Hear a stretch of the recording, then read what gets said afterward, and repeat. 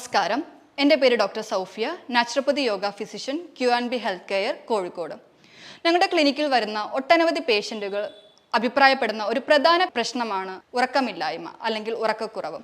എന്തൊക്കെ ചെയ്തിട്ടും ഡോക്ടറെ ഞങ്ങൾക്ക് ഉറക്കം അങ്ങ് ശരിയാകുന്നില്ല, കുറേ മരുന്ന് കഴിച്ചു നോക്കി, കുറേ സപ്ലിമെൻറ്റ് കഴിച്ചു നോക്കി, ആഹാരത്തിൽ കുറേ ക്രമങ്ങൾ വരുത്തി നോക്കി, എന്നിട്ടും ഒന്നും ഉറക്കം ശരിയാവുന്നില്ല.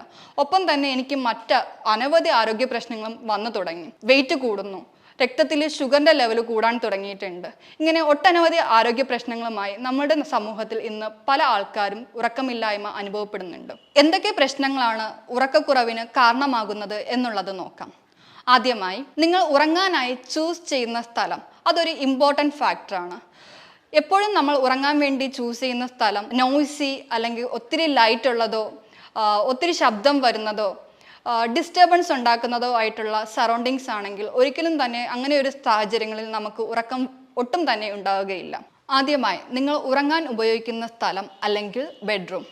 നിങ്ങൾ ഉറങ്ങാൻ ഉപയോഗിക്കുന്ന സറൗണ്ടിങ്സ് സൗണ്ടോ പ്രകാശമോ മറ്റെന്തെങ്കിലും തരത്തിലുള്ള ഡിസ്റ്റർബൻസ് ഉള്ളതാണെങ്കിൽ ഇത് നല്ല രീതിയിൽ ഉറക്കത്തെ ബാധിക്കും. രണ്ടാമതായി ശ്രദ്ധിക്കേണ്ടത്, നിങ്ങൾ ഉറങ്ങുന്നതിന് മുമ്പ് എത്രമാത്രം നിങ്ങൾ സ്ക്രീൻ യൂസ് ചെയ്യുന്നു എന്നതാണ്. നിങ്ങൾ എത്ര നേരം സ്ക്രീൻ യൂസ് ചെയ്യുന്നോ അതുപോലെ തന്നെ നിങ്ങളുടെ ഉറക്കത്തെയും അത് ബാധിക്കും. ഉറങ്ങുന്നതിന് മുമ്പുള്ള TV-യുടെ അമിത ഉപയോഗം, മൊബൈൽ ഫോണിൻ്റെ അമിത ഉപയോഗം ഇവയെല്ലാം നമ്മുടെ ഉറക്കത്തിനെ നല്ല രീതിയിൽ സ്വാധീനിക്കുന്നുണ്ട്.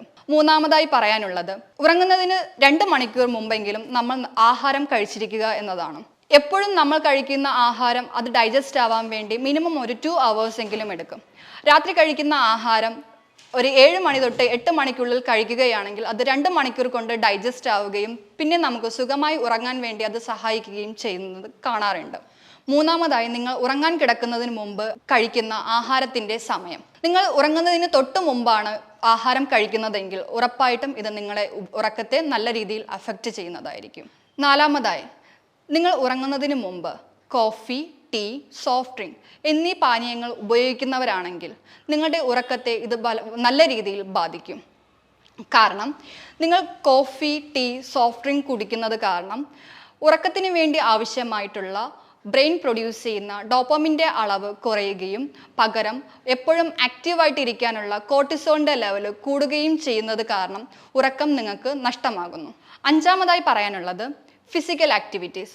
ഉറങ്ങുന്നതിന് മുമ്പ് നിങ്ങൾ ഹെവി ആയിട്ടുള്ള എന്തെങ്കിലും ഫിസിക്കൽ ആക്ടിവിറ്റീസിൽ ഏർപ്പെടുന്നുണ്ടെങ്കിൽ ഉറപ്പായിട്ടും ഇത് നിങ്ങളുടെ കോർട്ടിസോൾ ലെവൽ കൂട്ടുന്നതിന് കാരണമാവുകയും ഉറക്കം കുറയ്ക്കാനും കാരണമാകുന്നു.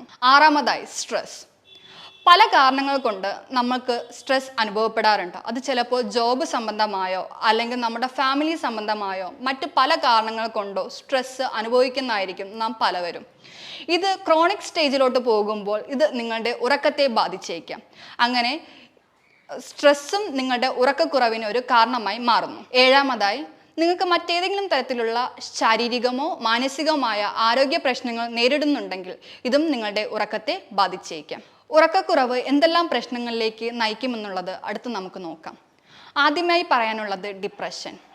ഒരു ദീർഘകാലം നിങ്ങൾ ഉറങ്ങാതിരിക്കുകയാണെങ്കിൽ അല്ലെങ്കിൽ നിങ്ങൾക്ക് ഉറക്കക്കുറവ് അനുഭവപ്പെടുന്നുണ്ടെങ്കിൽ ഇത് നിങ്ങളുടെ ഹോർമോൺ ഇംബാലൻസിന് കാരണമാവുകയും ഇത് ഡിപ്രഷനിലോട്ട് നയിക്കുകയും ചെയ്യുന്നു. അടുത്തതായി, പൊതുവെ ആളുകളിൽ കാണുന്ന പ്രധാന പ്രശ്നമാണ് മെറ്റബോളിക് ഡിസോർഡേഴ്സ്.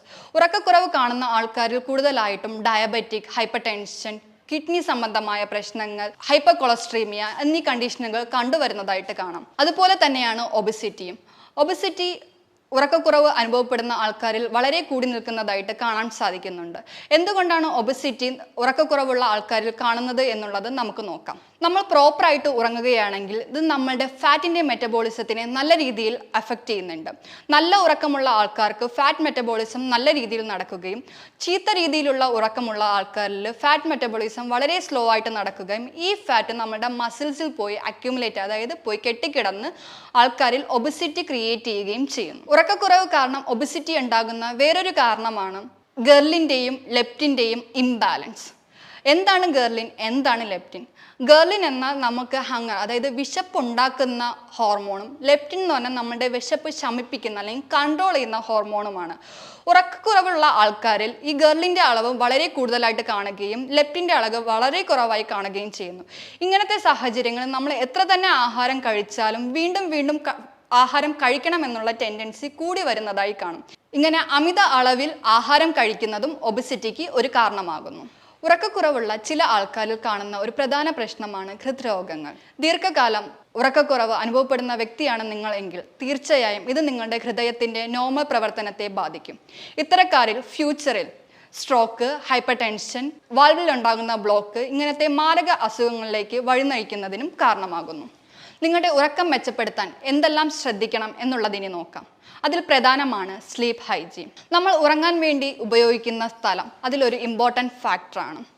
എപ്പോഴും നമ്മൾ ഉറങ്ങാൻ വേണ്ടി ഉപയോഗിക്കുന്ന സ്ഥലം സൗണ്ടിൽ നിന്നും പ്രകാശത്തിൽ നിന്നും മറ്റ് ഡിസ്റ്റർബൻസിൽ നിന്നും ഫ്രീ ആയിരിക്കണം. പ്രകാശം വേണ്ട റൂമാണെങ്കിൽ നിങ്ങൾ തീർച്ചയായും ഡിം ലൈറ്റ് മാത്രമേ ഉറങ്ങുന്ന സമയത്ത് ഉപയോഗിക്കാൻ പാടുള്ളൂ. അതുപോലെ തന്നെ മറ്റ് എക്സ്റ്റേണൽ സൗണ്ടുകളൊന്നും പുറമേ നിന്നുമുള്ള സൗണ്ടുകളൊന്നും എൻ്റർ ആകില്ല എന്ന് ഉറപ്പ് വരുന്ന റൂമായിരിക്കണം നിങ്ങൾ ഉറങ്ങാൻ വേണ്ടി ചൂസ് ചെയ്യേണ്ടത്. സ്ലീപ്പ് ഹൈജീനിൽ വരുന്ന രണ്ടാമത്തെ ഫാക്ടറാണ് സ്ക്രീൻ ടൈമിംഗ്. ഉറങ്ങുന്നതിന് 2 മണിക്കൂർ മുമ്പെങ്കിലും നിങ്ങൾ ടിവിയും മൊബൈൽ ഫോണും മാറ്റിവെക്കുക. കഴിവതും നിങ്ങളുടെ റൂമിനുള്ളിലേക്ക് മൊബൈൽ ഫോണോ ഇലക്ട്രോണിക് ഗാഡ്ജറ്റ്സോ കൊണ്ടുവരാതിരിക്കാൻ ശ്രദ്ധിക്കുക. ഇതും നിങ്ങളുടെ ഉറക്കത്തെ ഇംപ്രൂവ് ചെയ്യാൻ വേണ്ടി സഹായിക്കും. സ്ലീപ്പ് ഹൈജീനിൽ വരുന്ന മൂന്നാമത്തെ ഫാക്ടറാണ് ഫിസിക്കൽ ആക്ടിവിറ്റീസ്. ഉറങ്ങുന്നതിന് 2 മണിക്കൂർ മുമ്പെങ്കിലും ഫിസിക്കൽ ആക്ടിവിറ്റീസ് ഒന്നും ചെയ്യാതിരിക്കാൻ ശ്രമിക്കുക. മാക്സിമം ഒരു കാമിങ് ആൻഡ് ക്വയറ്റ് സറൗണ്ടിങ് സൃഷ്ടിച്ചെടുക്കാൻ വേണ്ടി നാം കഴിവതും ശ്രദ്ധിക്കേണ്ടതാണ്. അതിനായി ലൈറ്റ് മ്യൂസിക് അല്ലെങ്കിൽ എന്തെങ്കിലും പുസ്തകങ്ങൾ വായിക്കുക, ഇൻട്രസ്റ്റിംഗ് ആയിട്ടുള്ള കാമിങ് ആയിട്ടുള്ള പ്രോഗ്രാംസിൽ ഏർപ്പെടുക. ഇതെല്ലാം ഉറക്കം വരുത്തുന്നതിന് സഹായിക്കുന്ന ഒരു ഫാക്ടറാണ്. അതുപോലെ തന്നെ നിങ്ങൾ ശ്രദ്ധിക്കേണ്ട മറ്റൊരു കാര്യമാണ് നിങ്ങളുടെ ഉറക്കത്തിൻ്റെ ഡ്യൂറേഷൻ. എത്ര മണിക്ക് ഉറങ്ങുന്നു, എത്ര മണിക്ക് എണീക്കുന്നു, എത്ര അവേഴ്സ് നിങ്ങൾ ഉറങ്ങുന്നു, ഇത് മൂന്നും നിങ്ങൾ നോട്ട് ചെയ്യേണ്ടതാണ്. ലേറ്റായിട്ട് ഉറങ്ങി ലേറ്റായിട്ട് എണീക്കുന്നത് ഒരു ഗുഡ് സ്ലീപ്പിംഗ് മാനേഴ്സ് അല്ല. എപ്പോഴും നേരത്തെ ഉറങ്ങി നേരത്തെ എണീക്കാൻ ശ്രമിക്കുക. അതും ഒരു 7 to 9 hours നിങ്ങൾ ഉറങ്ങി എന്ന് ഉറപ്പുവരുത്തുക. ഇതെല്ലാം ചെയ്തിട്ടും നിങ്ങളുടെ ഉറക്കം ഇംപ്രൂവ് ചെയ്യാൻ സാധിക്കുന്നില്ലെങ്കിൽ വീട്ടിൽ തന്നെ ചെയ്യാവുന്ന ചില പൊടിക്കൈകളുണ്ട്. അതിലൊന്നാണ് വാം വാട്ടർ ബാത്ത്, അതായത് ചെറു ചൂടുവെള്ളത്തിൽ കുളിക്കുക. ചെറു ചൂടുവെള്ളത്തിൽ കല്ലുപ്പോ അല്ലെങ്കിൽ എപ്സം സോൾട്ടോ ആഡ് ചെയ്ത് കുളിക്കുന്നത് മസിൽ റിലാക്സ് ആവുന്നതിനും മൈൻഡ് റിലാക്സ് ആവുന്നതിനും സഹായിക്കുന്നു. ഇത് ഉറക്കത്തെ ഉത്തേജിപ്പിക്കാൻ വേണ്ടി സഹായിക്കുന്നു. രണ്ടാമതായി നിങ്ങൾക്ക് ചെയ്യാവുന്നതാണ് ഹോട്ട് ഫുഡ് ഇമേർഷൻ, ചൂടുവെള്ളത്തിൽ കാല് മുക്കി വയ്ക്കുന്ന പ്രക്രിയ. ഉറങ്ങുന്നതിന് തൊട്ട് മുമ്പായിട്ട് ഒരു ബേസിനിൽ കുറച്ച് ചൂടുവെള്ളം എടുക്കുക. മൈൻഡും ബോഡിയും റിലാക്സ് ആകുന്നതിനായി കുറച്ച് റോക്ക് സോൾട്ടോ അല്ലെങ്കിൽ കല്ലുപ്പോ എപ്സം സോൾട്ടോ അതിൽ ആഡ് ചെയ്യാവുന്നതാണ്. ശേഷം ഒരു 10-15 മിനിറ്റ് കാലതിൽ മുക്കി വയ്ക്കുക. എന്നിട്ട് നമ്മൾ ഉറങ്ങാൻ വേണ്ടി പോവുകയാണെങ്കിൽ നമുക്ക് നല്ല രീതിയിലുള്ള ഉറക്കത്തിന് വേണ്ടി ഇത് സഹായിക്കുന്നു. മൂന്നാമതായി ഐ പാക്ക്. തണുത്ത വെള്ളത്തിൽ കോട്ടൺ തുണി മുക്കി 4ആയിട്ട് മടക്കി നമ്മുടെ കണ്ണുകളിൽ വെച്ച് ഒരു 10 മിനിറ്റ് നേരം അങ്ങനെ തന്നെ കിടക്കുക. ഇത് നമ്മുടെ മൈൻഡിനെ റിലാക്സ് ചെയ്യാനും കണ്ണുകളിലേക്കുള്ള ഇറിറ്റേഷനെ കുറയ്ക്കാനും സഹായിക്കുന്നു.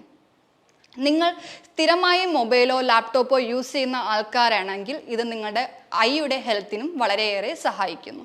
ഇതിനോടൊപ്പം തന്നെ പ്രാണായാമ, മെഡിറ്റേഷൻ ഇവ ചെയ്യുന്നതും നിങ്ങളുടെ ബോഡിയിലുള്ള കോർട്ടിസോൾ ലെവൽ കുറച്ച് ഡോപ്പമിൻ്റെ അളവ് കൂട്ടുന്നതിന് സഹായിക്കുകയും ഉറക്കം ഇംപ്രൂവ് ചെയ്യാൻ സഹായിക്കുകയും ചെയ്യുന്നു. ഇതുകൂടാതെ അശ്വഗന്ധ ചൂർണം രാവിലെയും രാത്രിയും ചൂടുവെള്ളത്തിലോ പാലിലോ മിക്സ് ചെയ്ത് കുടിക്കുന്നത് കോർട്ടിസോളിൻ്റെ ലെവൽ കുറയ്ക്കാനും ഡോപ്പമിൻ്റെ ലെവൽ കൂട്ടാനും സഹായിക്കുന്നു. അതുപോലെ തന്നെ രാവിലെയുള്ള ഇളം ചൂട് വെയിൽ കൊള്ളുന്നതും നമ്മുടെ ശരീരത്തിലെ മെലറ്റോണിൻ അളവ് കൂട്ടാൻ വേണ്ടി സഹായിക്കുന്നു.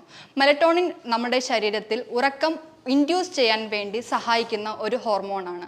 ഇങ്ങനെ വെയിൽ കൊള്ളുന്നതും നമ്മുടെ ഉറക്കം മെച്ചപ്പെടുത്താൻ വേണ്ടി സഹായിക്കും. നിങ്ങൾ ദീർഘകാലമായി ഉറക്കക്കുറവ് അനുഭവപ്പെടുന്ന വ്യക്തിയാണോ എങ്കിൽ തീർച്ചയായും നിങ്ങൾക്കൊരു വൈദ്യന്റെ സഹായം ആവശ്യമാണ്. ഈ വീഡിയോ സംബന്ധിച്ചിട്ടുള്ള എന്തെങ്കിലും സംശയങ്ങൾക്കായി താഴെ കാണുന്ന നമ്പറിൽ കോൺടാക്ട് ചെയ്യുക. പുതിയൊരു വീഡിയോയുമായി കാണുന്നത് വരെ എല്ലാവർക്കും താങ്ക് യു.